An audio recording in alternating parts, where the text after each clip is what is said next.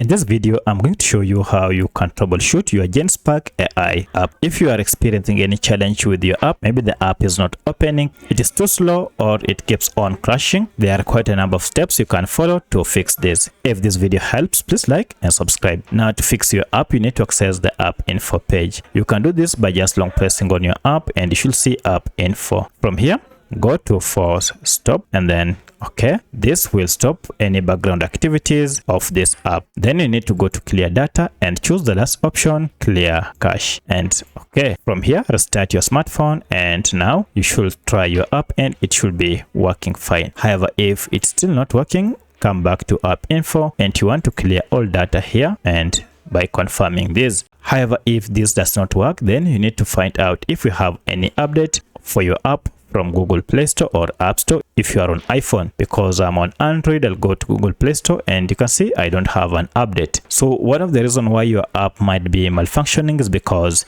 you are using an outdated version of Genspark AI that might not be supported. Update this to the latest version to get a whole new experience. But should this not work, more especially if your app crashes, for that you'll need to clear bugs from your app. To do that, you'll need to uninstall the app and then install it afresh. So by following any of these methods, now you should be able to fix any issues related to Genspark AI app. If you have any other question, kindly let me know in the comment section. Otherwise, thanks for watching and let's meet in the next video.